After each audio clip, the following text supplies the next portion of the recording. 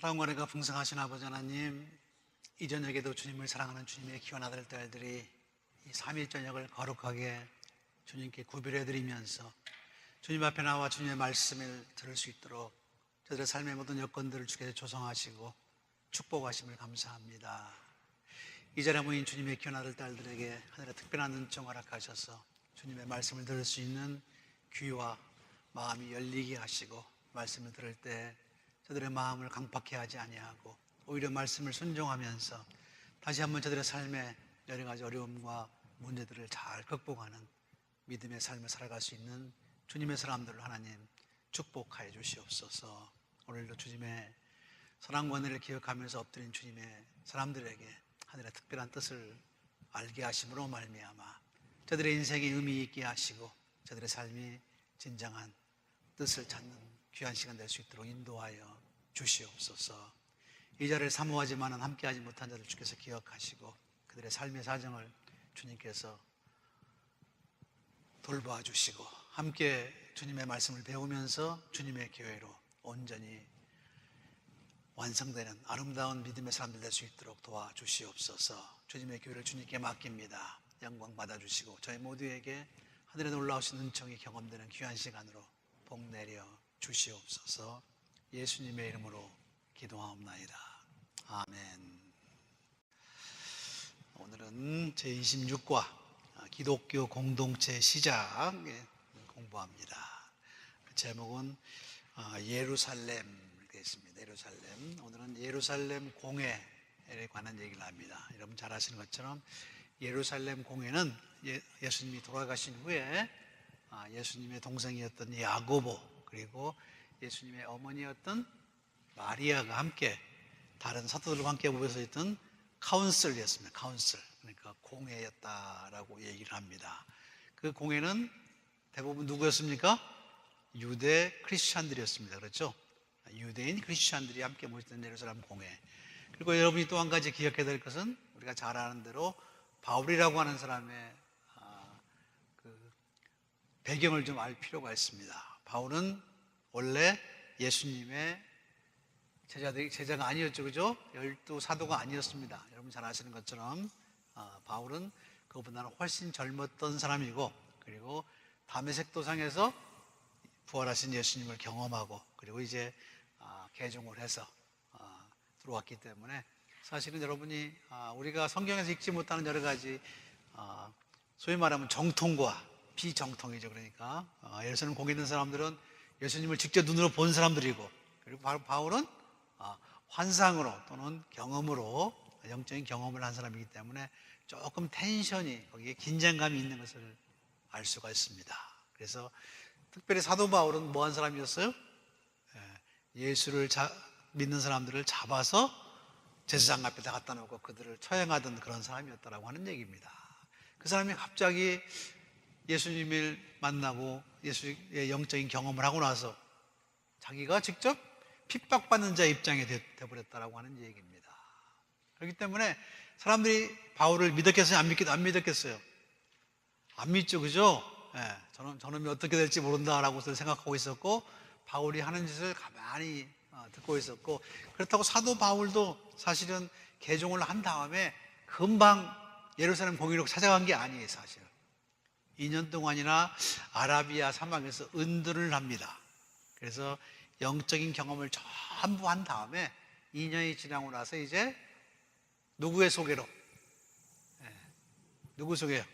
여러분이 잘 아는 바나바라고 하는 사람의 소개로 예루살렘 공회에 가서 인사를 하는데, 그때 사도 바울이 가서 그들에게 뭘 배우려고 한 게 아닙니다. 나도 알 만큼 안다라고 하는 거예요. 그래서 어떻게 해요? 성도의 교제를 위해서 예루살렘 공회로 갑니다. 근데 거기 가 있는 것이 좋았겠어요? 안 좋았겠어요? 별로였겠죠, 그죠? 그래서 사실 우리가 이제 인간적으로 생각하면은 나는 이방인의 사도로 나가야 되겠다라고 이방으로 도는 것을 알 수가 있습니다. 그래서 늘 거기에 텐션이 있었고, 여러분이 잘 아시는 것처럼 처음에는 12제자들을 유다가 죽은 다음에 마띠아를 뽑아서 12제자가 됐죠. 그 사람들이 함께 모여있던 그 예루살렘 공회가 초대교회의 중심지였다가 이제 어떻게 됩니까? 나중에 바울이 중심으로 나서고 바울이 이제 이방인 전도로 하는 것으로 사도행전이 맞춰지고 있는 것을 알 수 있습니다. 그래서 기독교 세계가 넓어져 가는 거죠. 넓어져 가는 것. 그 사이에 있던 일을 오늘 본문은 다루고 있습니다. 자, 사도 바울이라고 하는 사람의 회심에 대해서 우리는 잘 알고 있죠, 그죠? 여러분이 잘 아시는 것처럼 원래 예수 믿는 자를 잡아 죽이려 다메섹으로 가는 도중에 거기서 부활하신 예수님을 만나서 눈이 멀죠, 그죠? 그래가지고 이제 넘어져 있는 것을 아나니아가 가서 손에다 손을 올려주고, 아나니아도 처음에 안 가려고 그랬어요. 가서 손을 얹었더니 눈에서 비늘 같은 것이 벗어지고 난데 보게 되었다. 막 이런 거 잘 알 겁니다. 이 사도행전을 적은 누가복음은 사도 바울의 회심을 3번이나 적고 있습니다. 사도행전에서 똑같은 얘기를 3번이나 적어요. 그러니까 굉장히 중요하죠, 그죠? 누구한테는? 누가한테는 이 사람이 사람에 의해서가 아니라 바로 예수를 통해서 어떻게 직접 사도가 된 사람이다 라고 하는 것. 여러분 잘 알죠? 누가는 뭘 많이 강조해요? 성령 하나님을 굉장히 강조합니다. 그렇죠?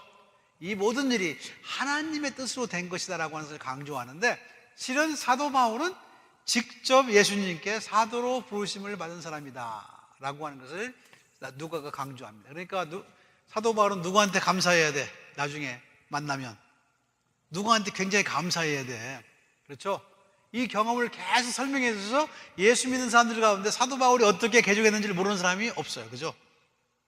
그런데 실제로 사도 바울은 자기의 그 회심의 개념을 한 번도 서신서에 쓰고 있지 않습니다. 자, 우리가 이제 그렇잖아요. 어떤 사람이 예수 믿게 되었으면 그 얘기 좀 해달라고 자꾸 그러면 저한테도 자꾸 그래요. 어떻게 해서 하던 일을 관두고 예수를 믿게 됐나? 저는 한 번도 얘기한 적 없죠, 여러분한테. 앞으로도 안 할 거예요. 자꾸 하게 되면 어떻게 해요? 거기에 살이 붙어요. 살이 붙으면 진짜가 사라집니다, 자꾸. 여러분, 그래서 간증서를 읽어보면은 원래 간증에 경험하지 않은 것들을 자꾸 적어요. 그래서 어떻게 보면 간증을 가만히 이렇게 들여다보면은 얄팍하고 사실 아무것도 없는 것들이 많아요. 그래서 제가 여러분들에게 말씀드립니다. 간증서 좀 너무 믿지 마세요. 왜냐하면 하나님의 경험을 한다라고 하는 것은 그렇게 우리가 쉽게 이해할 수 있는 것도 아니고 여러 가지 방법으로 해석할 수 있는 방법이기 때문에 거기다 자꾸 어떻게 해요? 자기 인위적인 것을 더하면 원래 진짜는 가려지고 이상한 것만 남게 된다라고 하는 얘기입니다. 예를 들어서 그런 거죠. 예를 들어서 제가 아는 어떤 은사 되시는 분이 그 간증에 썼어요. 미국의 회의를 갖고 오다가 디트로이트에서 LA로 오는 비행기를 타는데 비행기를 못 탔습니다. 차가 밀려가지고 비행기를 못 탔어요. 근데 그 비행기가 디트로이트 공항에서 어떻게 해요? 뜨다가 못 뜨고 어떻게 해요? 다 죽었어요. 부딪혀가지고. 근데 그걸 간증에 썼어. 하나님이 나를 살리시려고 트래픽이 걸리게 했더라고 하는 거예요. 자, 자기는 그렇게 얘기하면 좋아. 그렇죠? 그럼 죽은 사람들은? 죽은 사람들은 그래서 여러분 간증이라는 것이 굉장히 조심해야 될 일이에요, 사실은. 그럼 하나님이 나만 특별히 선택했다라고 하는 거예요? 그래서 여러분 간증은 그래서 조심해야 된다라고 하는 얘기입니다. 또 똑같은 경험을 하지 못한 사람은 어떻게 할 거예요? 그래서 여러분들 간증 집회한 데 가서 들으면 아멘 아멘 하지만 실제로는 그렇게 편견이 갇혀 있는 것들이 많다라고 하는 얘기입니다. 누가 들으면 어떻게 해요? 문제 있는 것들이 굉장히 많아요. 여러분 간증서적을 읽으면서 가만히 보면은 그 중에 한 90%는 전부 자기가 만드는 얘기입니다. 하나님은 그런 말 한 적이 없어. 근데 자기가 느꼈대. 그러면 그걸 못 느낀 사람은 바보 아니에요, 바보. 그죠? 지옥에 속한 자들 아니에요, 그러면. 그죠? 그래서 조심할 필요가 있다라고 하는 얘기입니다. 참 재밌는 것은 누가는 사도 바울의 회심을 3번이나 적고 있는데 사도 바울은 그 얘기를 한 번도 안 적어. 거기다가 그냥 뭐라고 얘기하냐면은 내가 어머니 있을 때부터 모태했을 때부터 하나님 나를 사도로 택정하셔서 때가 되어서 나를 어떻게 해요? 이방인의 사도로 삼았다, 이 말만 해. 재밌죠, 그죠? 그게 실은 뭐예요? 사도 바울의 간증이야, 사실은. 여러분도 세상을 살아가면서 여러분의 간증을 쓸 때 마지막 우리가 해야 될 것은 내가 어느 날 몇 시에 택함을 받은 게 아니고 실은 어머니 태했을 때부터 나를 택정하셔서 나를 준비시키시고 어느 날 나를 부르셨을 때 그때 비로소 내가 그 부르심을 듣고 어떻게 해요? 예수 믿겠습니다 라고 항복을 했다. 요 말이 맞는 겁니다. 그죠? 그래서 우리들의 인생은 예수 믿기 전에는 전부 다 버릴 것이 아니에요. 여러분이 사도 바울을 자꾸 오해하는 경우가 있습니다. 사도 바울은 자기가 전에 예수를 핍박하던 것들을 후회하지 않고 있어요. 사실은 때로 자랑을 하죠. 그죠? 나는 어떻게 해요? 베냐민 지파로 날 때부터 로마인이고 가말리엘 문화에서 요즘 말하면 뭐예요? 나 KS 마크야 그 말이야. 그죠? 그걸 자랑하고 있습니다. 그런데 우리 가운데 어떤 사람은 예수 믿기 전은 전부 배설물을 여겼다. 여기서 배설물을 여겼다고 하는 말은 쓸데없다는 말이 아닙니다. 오히려 내가 잘못 믿어서 헛수고를 많이 했다라고 하는 얘기입니다. 그게 쓸모없는 것이 아니라 헛수고를 많이 했다. 엉뚱한 데다 어떻게 해요? 정성을 쏟았다라고 하는 거죠. 우리가 그렇지 않습니까? 예수 믿기 전에? 그런 것처럼 사도 바울은 자기의 삶에 있는 모든 것들이 결국 지금 자기가 사도됨의 역할을 할 때 도움이 된다라고 얘기를 합니다. 여러분도 정말 예수를 잘 믿는다고 한다면 내 예수 믿기 전에 얘기하지 마. 그러지 마. 그렇게 할 것이 아니라 하나님은 내가 세상에 있을 때 그 경험까지를 전부 어떻게 해요? 사용하신다라고 하는 얘기입니다. 여러분 잘 보세요. 그죠? 감옥에서 전과자로 있다가 목사가 된 사람들은 나중에 어디로 전도하러 가요? 감옥으로 가요. 그죠? 그러니 하나님은 어떻게 그 경험을 쓰시는 겁니다. 그죠? 하나도 여러분의 인생에 버릴 것이 없어요. 사실은 하나님은 우리가 하나님을 모르고 하나님을 외면하고 하나님의 뜻을 내 마음대로 해석하며 살아갈 때에도 하나님은 우리를 놓치지 않으셨어. 여러분이 이것을 고백하실 때 여러분은 진짜 크리스찬이 될 수 있다라고 하는 얘기입니다. 나는 처음부터 운이 없어가지고 정말 이상한 부모 밑에서 자라가지고 이상한 환경에 자라가지고 이렇게 돼가지고 과거는 전부 쓸모없는 것이고 나한테 저주였습니다. 이런 사람은 진짜 예수 믿는 사람이 아니에요. 그러면 그 전에 하나님은 뭐 했게? 하나님 안 쳐다봤어요? 우리를? 쳐다봤어요. 그죠? 그때도 지금만큼 케어했다라고 하는 얘기입니다. 그리고 지금도 케어하시고 앞으로도 케어하실 것이라고 믿는 사람, 이 사람이 자기의 인생을 전부 구속한 크리스찬이다라고 하는 얘기입니다. 그러니 여러분 인생에 버릴 것이 없어요. 버릴 것이.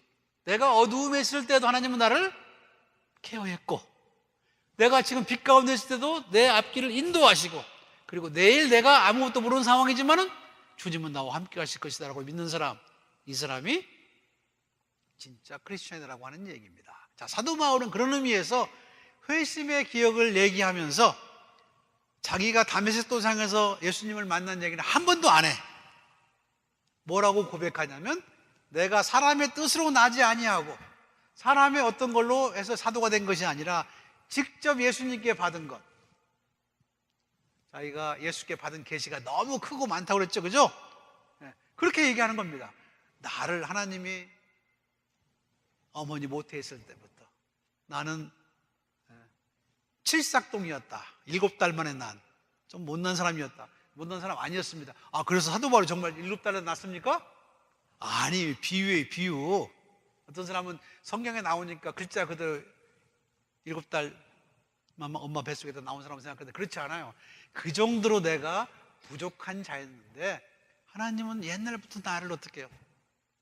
선택하시고 지금까지 보존하시고 그리고 나를 어떻게 해요? 이방인의 사도로 삼으셨다라고 하는 거죠. 심지어 전에는 예수를 핍박하던 내가 이제 예수를 전하는 자가 되었다라고 하는 얘기입니다. 자, 그래서 회심이라고 하는 것을 얘기할 때 여러분은 꼭 어떤 게 있어야 되냐면 어떻게 해서 내가 전에는 어떤 사람이었는데 이제 이런 사람이 되었다라고 하는 겁니다. 그것을 이제 한국의 그 유명한 김중배 목사님은 예수 믿는 것을 그래서 헷가닥 한다. 헷가닥. 어떻게 해요? 180도 달라지는 것을 얘기해요. 사실 예수 믿는 사람에게 그런 경험이 없다라고 한다면 한번 의심을 원합니다. 스스로. 옆에 사람 의심하라는 게 아니에요. 스스로 한번 의심해 봐야 됩니다. 세상이 달라 보여야 돼요, 어느 순간에. 그죠? 그런 경험이 없었다. 그냥 머리로, 생각으로, 그냥 말의 고백으로 예수 믿습니다. 이걸로는 안 된다라고 하는 거예요. 이걸로는 여러분 안 돼, 정말. 그거는 결국 우리를 어떻게 해요? 다시 옛날로 돌아가게 만들어요. 그죠? 다시. 제가 옛날에 밤새도록 얘기를 해가지고 아침에 기도하고 예수를 믿는 사람이 된 사람이 있어요. 원래 몰몬교였어요, 몰몬교.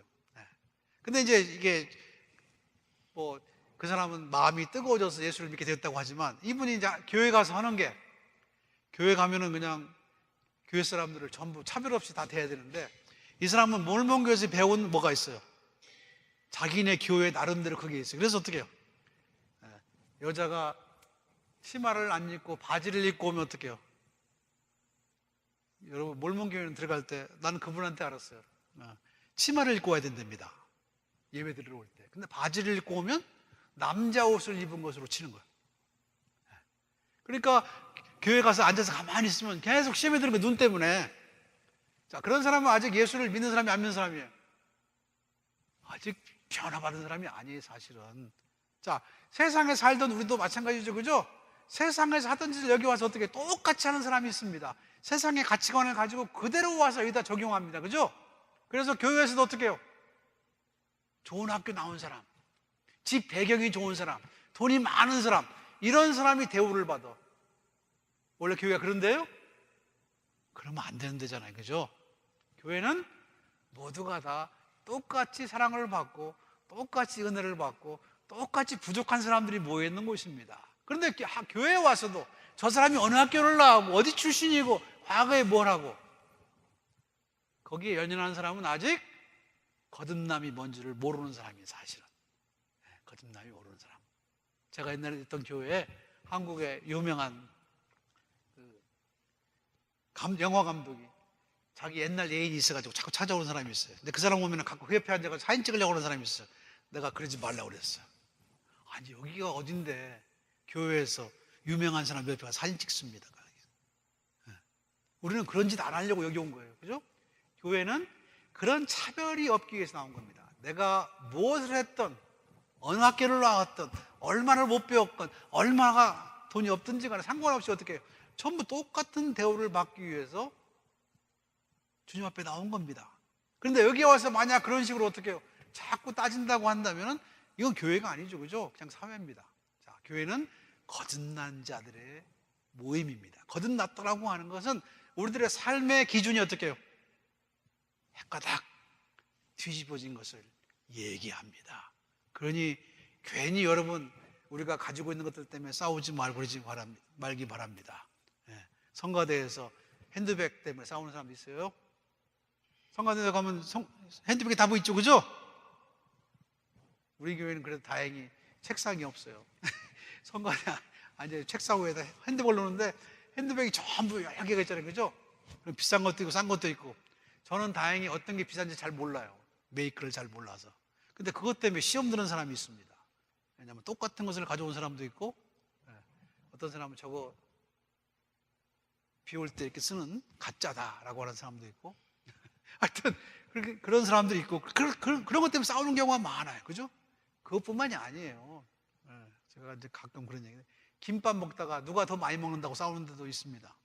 실제로 제가 있던 교회에서 그랬어요. 제가 김밥 옆구리 터지는 소리 하지 말라고 그런 얘기합니다.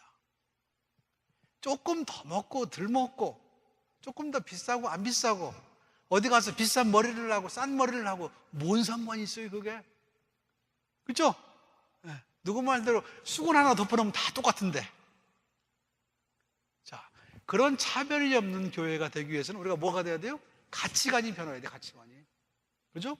그것을 우리는 헷가닥이라고 얘기를 합니다. 사도 바울은 원래는 핍박하는 자였어요, 그죠? 그런데 변화가 된 다음에 어떻게 됐어요? 자기가 핍박받는 자가 됐다라고 하는 얘기예요. 기꺼이. 그것을 우리는 회심이라고 얘기를 하는 겁니다.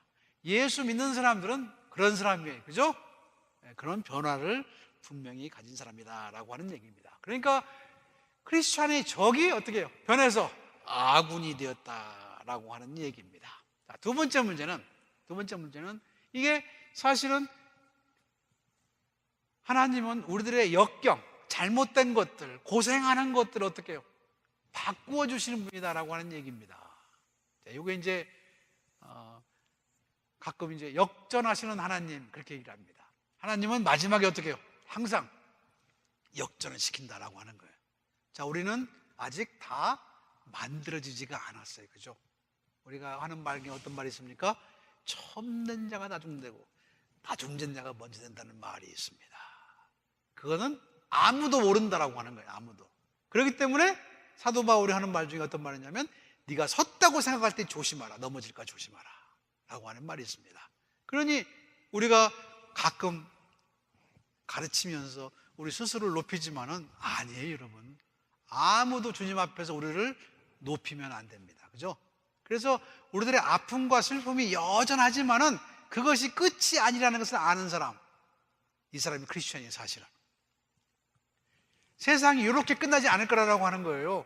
이렇게 끝나면 어떻게 돼요? 하나님의 선이, 여러분 굿니스라고 하는 말을 제대로 이해해야 됩니다. 굿니스.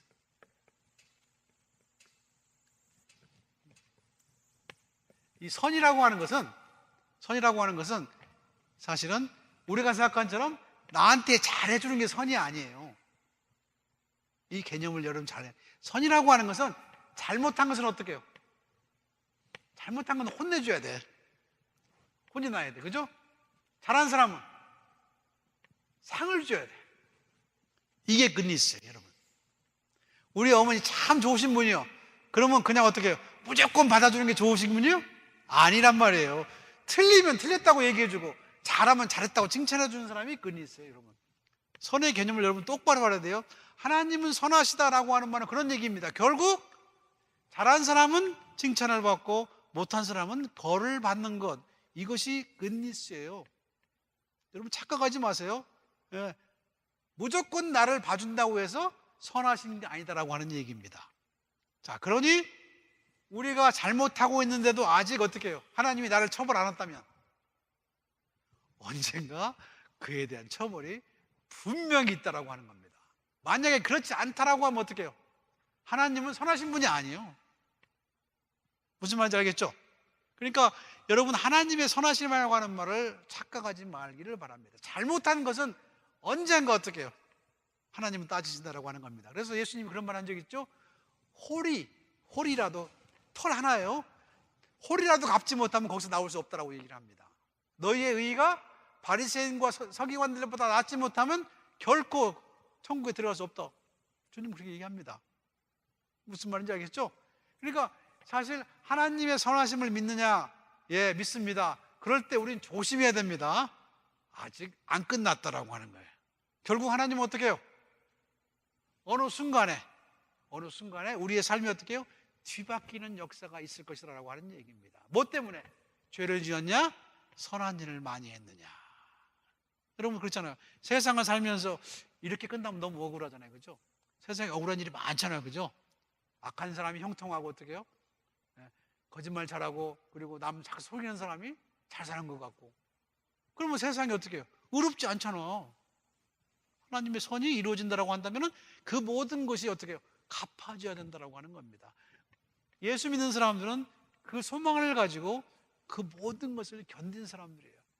그래서 결국 마지막에 예수 믿는 사람들이 왕노릇 할 것이다라고 하는 표현이 그런 겁니다. 그리고 예수 믿는 사람들은 복이 있다라고 하는 말은 바로 그 말이에요. 잠시 우리가 핍박을 받고 역경을 겪지만은 결국은 제대로 될 것이다라고 하는 거죠. 네, 세상에. 그래서 사실은 회심이라고 하는 말은 욕을 믿는 거예요. 그러면 세상을 바라보는 눈이 달라지겠지, 그죠? 우리가 눈으로 보는 게 다가 아니에요, 그죠?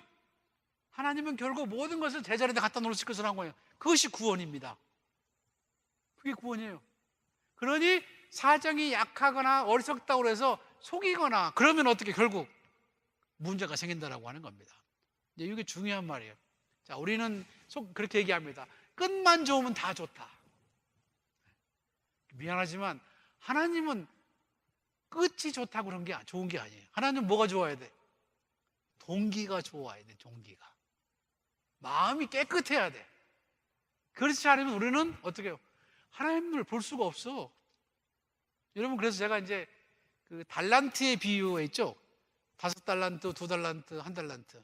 그죠? 그래서 5달란트는 5달 남겨가지고 하나님의 즐거움에 참여합니다. 2달란트도 2달란트 남겨가지고 참여합니다. 하나를 한 사람은 주인이 무서워서 숨겼다가 어떻게 해요? 하나를 그대로 줍니다. 그러니까 예수께서 뭐라고 얘기합니까? 주인이 저놈을 갖다가 바깥 어두움에 내보내라. 근데 저희는 거기다 꼭 하나를 더 더하고 싶어. 하나 받았는데 그것을 갖고 놀다가 어떻게 해요? 딴 사람이 빌려주거나 뺏겨서 어떻게 해요? 홀딱 잃어버린 사람이 하나 더 있으면 좋을 것 같아요. 내게 주신 달란트를 운용하다가 그것을 다 잃었어. 아니면 누구한테 줘버렸어. 너무 불쌍해서. 그런 사람이 하나 더 있다라고 한다면 하나님은 그 사람한테 뭘 하고 가실까? 여러분 한번 생각해 본 적 있어요? 제가 믿는 하나님은 걔한테도 똑같이 어떻게 해요?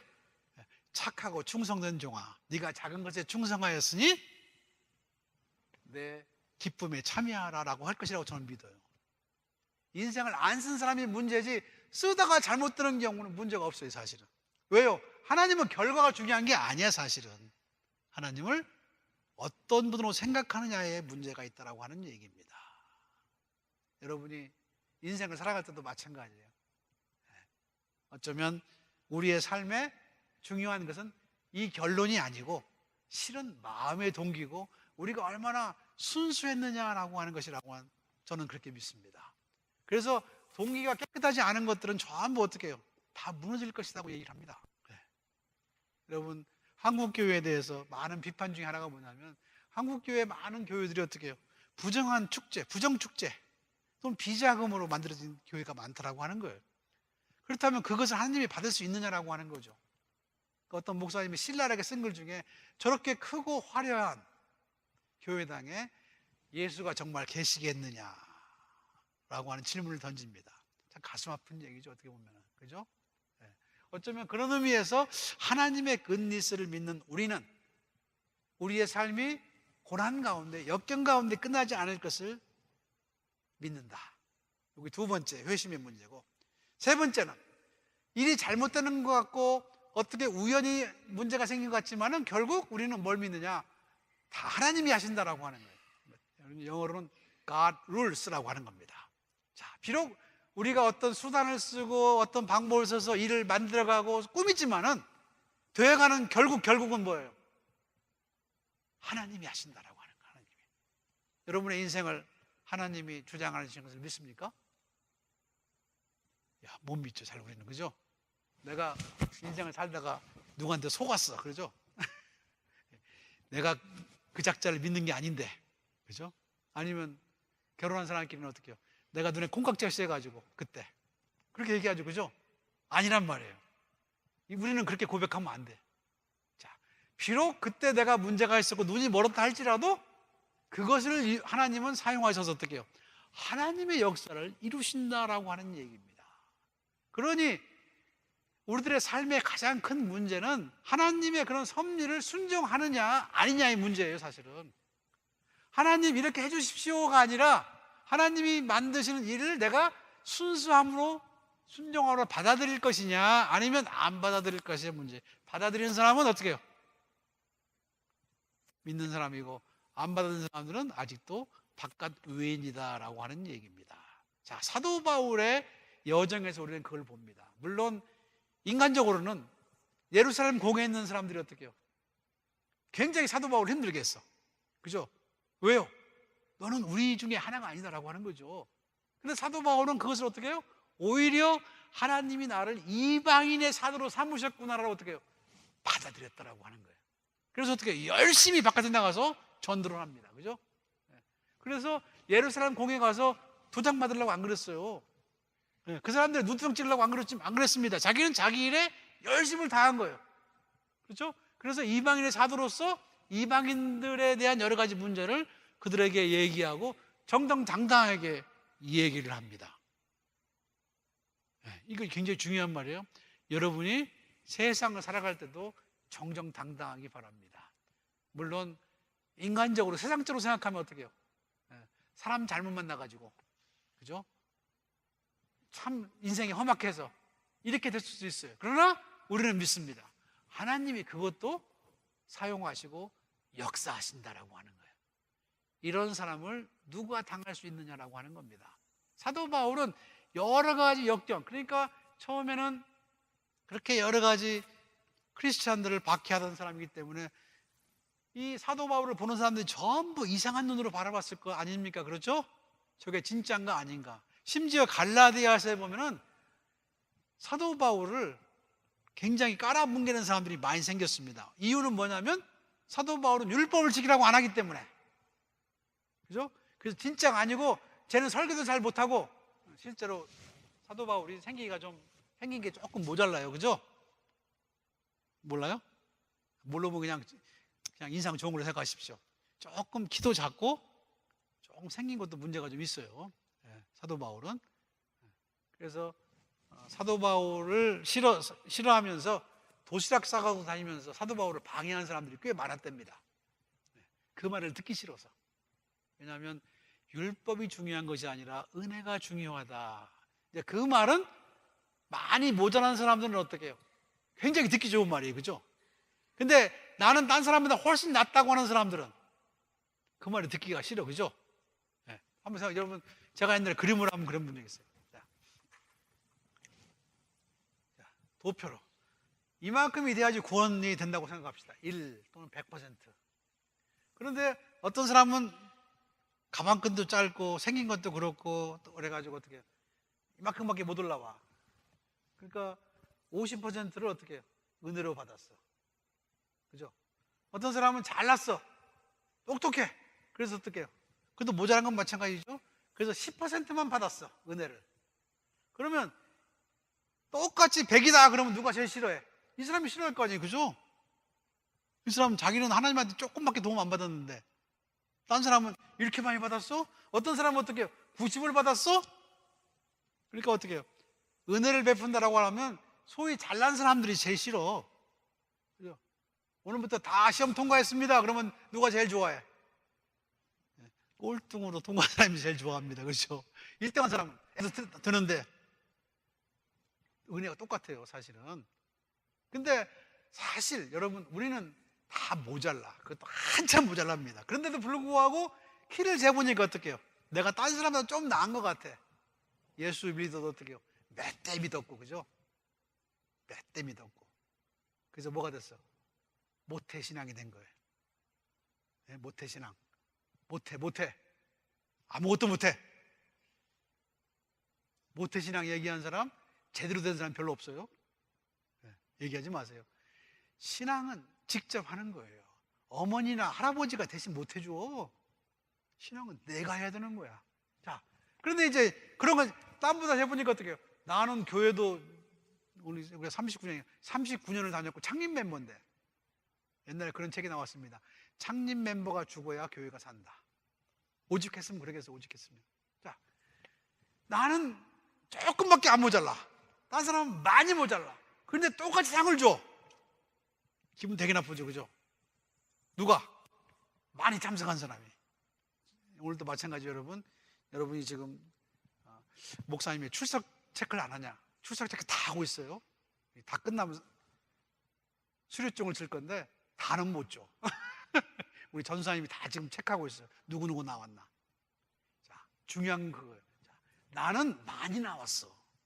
저 사람은 본데 조금밖에 안 나왔어요. 그죠? 헌신도 안 좋아. 네. 맨날 그냥 교회 일도 안 하고 빈둥거리기만 해. 그런 사람을 똑같이 상을 주면 누가 싫어해? 많이 나온 사람. 근데 이런 사람은 아직 뭐예요? 예수 잘 안 믿는 사람이에요. 예수 믿는 사람은 어떻게 해요? 저 사람 모자라지만 나도 모자라. 아니, 내가 더 모자라. 겉으로는 그럴듯하지만 내 마음은 어떻게 해요?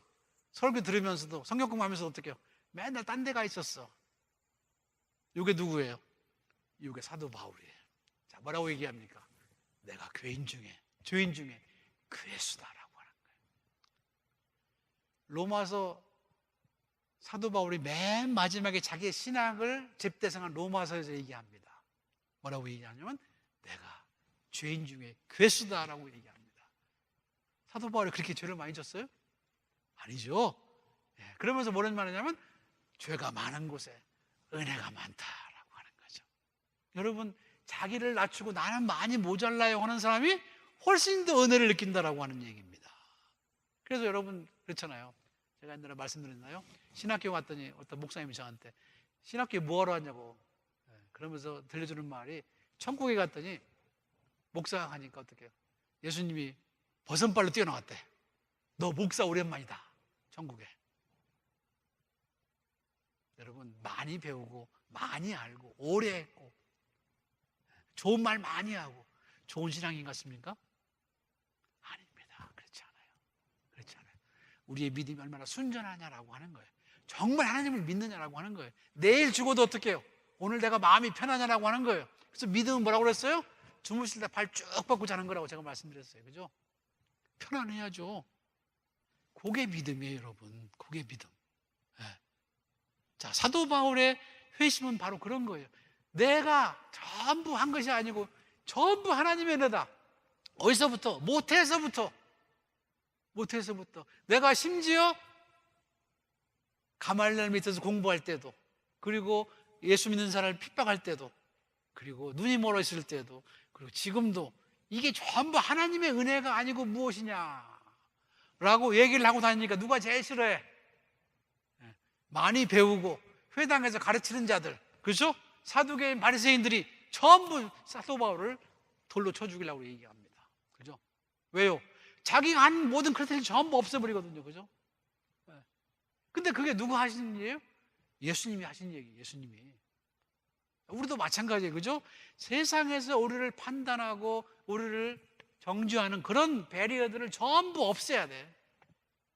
이게 다 은혜입니다. 감사함으로 할 수 있느냐라고 하는 거예요. 자, 여기까지 초대교회로 넘어갑니다. 초대교회는 그런 의미에서 사도들 앞에 자기의 모든 것을 내놓고 통용했다라고 얘기합니다. 통용한 이유는 둘 중에 두 가지예요. 하나는 예수님이 돈이 많은 사람들을 경계하라고 얘기한 말을 수도 없이 했어. 예수님의 비유가 36개인데 그 중에 9개가 돈에 관한 얘기예요. 얼마나 많아요, 그죠? 36개 중에 9개 돈 얘기가 나옵니다.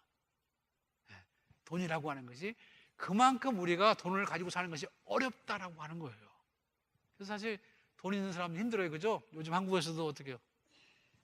갑질해가지고 그러죠, 그죠? 문제 있죠. 이 돈 가진 사람들이 제일 힘들어. 교회도 돈 가진 사람 있으면 죄송합니다. 돈 가지고 돈에 대한 계획이 있었기 때문에 사람들은 어떻게 해요? 예수 믿을 때 그걸 맨 먼저 포기했다라고 하는 거예요. 두 번째는 예수님이 금방 오실 줄 알았어. 왜냐하면 예수님이 그러셨거든요. 이 세대가 지나가기 전에 내가 올 것이다라고 했거든요. 그래서 어떻게 해요? 자기 재산을 전부 팔아가지고 통용하면서 썼다라고 하는 거예요. 문제는 그러다가 어떻게 해요? 예수님의 오심이 지연되니까 그게 저절로 없어졌어. 그거는 여러분. 그래서 여러분들이 초대교회로 갑시다. 아니야, 그러면 안 돼. 초대교회의 정신을 이어받읍시다. 그 말은 맞습니다. 그렇죠? 초대교회식으로 가면 안 됩니다. 어떤 사람이 그래요. 옛날에 제가 아는 어떤 분은 초대교회에는 교회에 피아노가 없었답니다. 당연하지, 피아노가 아직 발견 안 됐었으니까. 그죠? 발명이 안 됐는데 어디 있어? 그러니 교회에서 악기를 쓰지 말아야 됩니다. 제가 신학교 다닐 때 어떤 분하고 막 악기를 하다 제가 그랬어요. 그럼 시편에 보면요, 거기에 모든 악기를 하나님을 찬양하라고 그랬는데 그건 어떻게 되니까? 구약은 옛날 책이니까 신약을 만든다. 근데 요즘에는 그 교단도 피아노를 놓고 기타도 칩니다. 옛날에는 안 그랬어요. 제가 신학교 갈 때만 해도. 자, 그런 거예요. 그러니까 여러분이 초대교회로 돌아가는 것이 좋은 게 아니라 초대교회 정신으로 돌아가는 거예요. 초대교회 정신은 뭡니까? 내게 주신 것이 나를 위해 쓰라는 것이 아니라 공동체, 우리 중에 불쌍하고 어려운 사람들을 위해서 쓰라고 내게 주신 것이다라고 하는 정신이 투철했다라고 하는 얘기입니다. 두 번째, 그 정신에서 나온 정신이 뭐냐면 네가 남이가라고 하는 거예요. 우리 전부 어떻게 해요? 한 형제의 자매였다라고 하는 얘기입니다. 비록 소유권은 다를지 모르지만은 모든 게 어떻게 해요? 다 함께 사용했다라고 하는 거죠. 그래서 집에서 모일 때 어떻게 해요? 서로 떼굴 떼고 하나님을 찬양하고 먹을 때마다 예수 그리스도를 기억했다라고 하는 얘기예요. 그게 중요한 것이지, 그게 중요한 것이지. 집문서 다 가져오라. 그렇게 하는 게 아니라는 거죠. 그죠? 다른 거예요, 그 얘기는. 여러분이 아시는 것처럼 초대교회의 정신은 바로 그 두 가지에 있어요. 네. 주님이 곧 오실 것이라고 하는 것 때문에 어떻게 해요? 서로 모든 것을 다 내놓고 함께 통용했다. 이 관계는 지금도 비슷해요. 네. 그래서 제가 가끔 교회에서 얘기합니다. 교회에서 돈 거래하지 마십시오. 네. 이자를 받거나 그것도 하지 마십시오.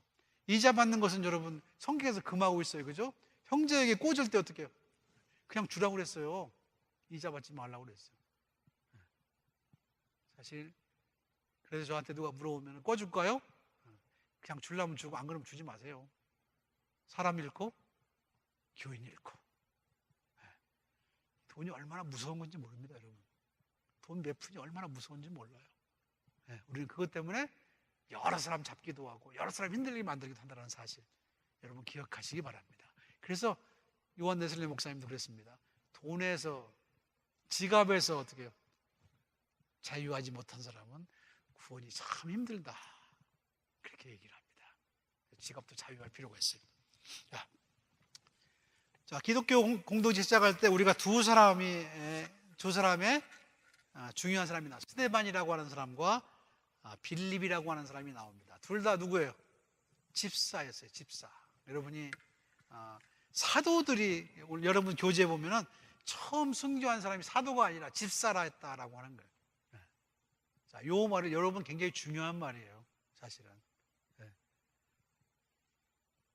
가장 믿음에 앞선 사람들은 굉장히 단순하고 어쩌면 하나님께 모든 걸 들을 수 있는 사람이었다라고 하는 얘기입니다. 스데반은 사실은 그렇게 얘기하면 지가 죽을 줄 알았어. 그죠? 근데 예수님의 성령에 감동돼가지고 어떻게 해요? 전부 얘기하면 니들이 바로 옛날 이스라엘처럼 선지자를 잡아 죽이는 그놈들이 아니냐. 그래서 예수를 잡아 죽였고, 그 말 들으니까 어떻게 해요? 결과는 순교였다라고 얘기하죠. 그죠? 스데반은 이스라엘 역사를 쭉 얘기하면서 어떻게 해요? 너희들의 문제가 뭔지를 지적했는데 그 지적하고 죽었다라고 하는 겁니다. 빌립이라고 하는 사람은 사마리아에 전도를 나갔던 사람이에요. 근데 사마리아는 빌립이 처음 간 게 아니죠. 누가 몇 명째 가서 사마리아에? 예수께서 가셨어요. 사실은 누가복음을 보면 수과성 여인, 예수께서 그런 말이 나옵니다. 요한복음 4장을 보면은 예수께서 사마리아로 통행하셔야 하겠는지라 라고 하는 말이 나옵니다. 거기를 꼭 내가 가야 되겠다.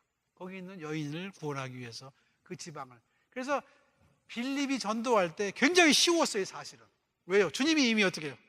털을 닦아 놓으셨기 때문에.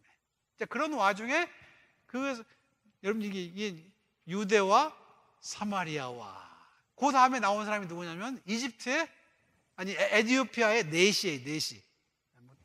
뭐 공직자였긴 하지만 사실은 그것이 여러분이 잘 아는 콥틱 처치라고 했죠. 콥틱 처치는 에티오피아 교회를 얘기합니다. 그 네시가 바로 누구예요? 에티오피아 교회의 어떤 상징이기도 해요. 사실을. 그래서 이사야서를 읽고 있다가 알지 못하고 이해하지 못할 때 빌립이 가서 설명해주고 또 세례를 준 것을 이제 성경이 적고 있습니다. 빌립이 한 일이고, 그 다음에 바울이라고 하는 사람은 사실은 그 다음에 주자로서 나타나는데 자기가 이방인의 사도로 부름받았다라고 하는 것을 어찌됐든지 간에 스스로 그것을 자기의 일을 찾은 거죠. 마찬가지로 교회도 마찬가지죠. 우리의 부르심은 다 다릅니다. 우리의 부르심은 다 달라요. 근데 자기의 분수를 모르면 문제가 생기죠. 그죠? 근데 그 사도 바울이 참 사람이 좋고 착한 거는 뭐냐면 그런 오징어 속에 아무도 블레임하지 않고 어떻게 해요? 그럼 나는 이방인의 사도로 나가겠다라고 결심하고 그것을 받아들였다라고 하는 거예요. 여러분도 교회에서 그런 일이 있을 때 순리를 따를 필요가 있어요. 그럽니까? 그러면 가는 데 가서 또 하나님의 역사가 있다는 사실을 기억하면서, 사실 중요한 건 바로 그런 겁니다. 내가 가는 그곳, 내가 살고 있는 그곳, 내가 기거하는 그곳이 바로 내가 선교를 담당할 지역이라는 사실을 우리가 기억해야 된다고 하는 얘기입니다. 꼭 여기서만 해야 된다. 그런 건 아니에요. 하나님은 늘 우리들의 삶에 뭘 만들려면 소요를 만들어, 동요함을 만들어. 그래서 어떻게 우리로 하여금 흩어지게 합니다. 그죠? 흩어져서 어떻게 해요? 예수를 전하는 사람으로 만든다라고 하는 얘기입니다.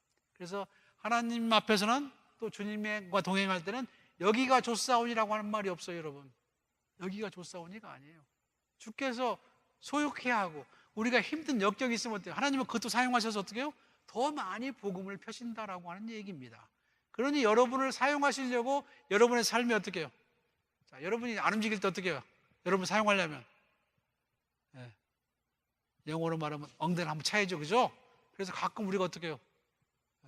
엉덩이를 맞고 기분 나쁘기도 하고 어떤 놈이 쳤어 또 그 얘기도 하는데 중요한 건 그게 아니에요. 누가 쳤냐가 문제가 아니라 자기의 삶의 상황에서 내가 어디로 보내지어든지 간에 거기서 복음을 전파하는 사람이 되라고 하는 거죠. 하나님은 우리의 삶에 있어서 우리 간에 있는 어떤 텐션이나 우리 간에 있는 어떤 다툼이나 또 세상의 핍박까지도 어떻게 해요? 하나님의 도구로 사용하신다라고 하는 얘기입니다. 그러니 너무 여러분 염려하지 마세요. 우리는 그냥 가서 할 말 하면 되는 겁니다. 내가 옛날에 이런 사람이었는데 예수 믿고 이렇게 변했습니다. 그것만 하면 돼. 괜히 가르치려고 하지 마세요. 괜히 뭐 나하고 똑같은 사람 만들려고 하지 말고 내가 전에 어떤 사람이었는데 사도 바울이 처음부터 한 말이 그거예요. 그죠? 사도 바울이 똑똑한 사람이긴 하지만 사도 바울의 얘기를 종합하면 내가 옛날에 예수를 핍박하던 자였는데 참 못나서, 그죠? 그리고 나름대로는 잘나서 어떻게 해요? 예수 믿는 사람을 잡아주던 사람이 있는데 내가 부활한 그 예수를 만나서 어떻게 해요? 이제는 내가 그를 증거하는 자가 됐다. 이제 당신 왕이라고 하는 사람도 어떻게 해요? 내가 수갑 찬 것만 빼고는 나하고 똑같이 되기를 원한다. 여러분이 그렇게 말할 수 있으면 여러분 사도행전의 공부를 다 한 거예요, 사실은. 사도 바울의 신조는 한결같습니다. 누가가 전하는 내가 이런 사람이었는데 이렇게 180도로 변해서 이제 이런 일을 합니다. 당신도 나와 같이 예수 한번 믿어보시오. 그게 사도 바울의 전체 대강의 사실은. 누가는 그 일이 하나님이 하셨다라고 지금 적고 있는 거예요. 그러니 그 사실을 여러 번 적고 있는 겁니다. 사도행전을 보면은. 왜요? 사도 바울 같이 그렇게 완악하고 예수를 핍박하고 심지어 다메섹에까지 가서 예수 믿는 자를 잡아 죽이려고 했던 그 사람이 이제 그리스도를 대표하는 그리스도의 복음을 전하는 사람이 돼서 기꺼이 핍박받고 어떻게 해요? 나중에는 어떻게 해요?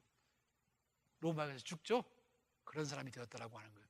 복음은 우리가 하는 게 아니고 누가 하는 거다? 하나님이 하는 거다. 자, 얘기했죠?